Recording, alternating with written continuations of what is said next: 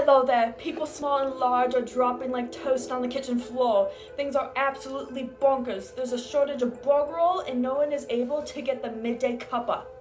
As many people know by now, they are calling this the Ant-Man and Ulk pandemic. This illness begins by an individual either shrinking or their body expanding until they eventually explode.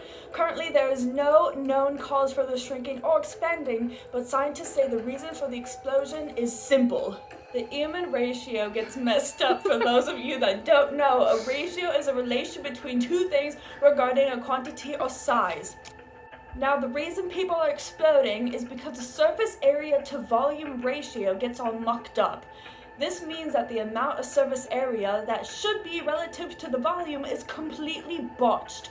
In simpler terms, there is too much volume for the amount of surface area and vice versa. As the surface area increases, the surface area to volume ratio decreases, and as the surface area decreases, the ratio increases. There is then a buildup of energy and kaboom! We will now hear from Maggie Smith, a scientist and researcher at DC. Thank you for having me, Olivia. In simple terms, small organisms with high surface area to volume ratios, such as single-celled organisms like E. coli, can live by relying on absorbing what they need to survive through their skin and secreting waste. If the ratio is too high, the cells cannot function effectively. Large organisms with a small surface area to volume ratio, such as a bird, can live by having the necessary organs and circulatory system to maintain important bodily functions.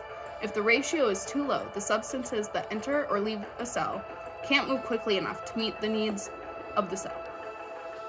Thank you for your explanation, Maggie. Now, if scientists could quit doing bugger all and get to crack on, I'd be downright chuffed.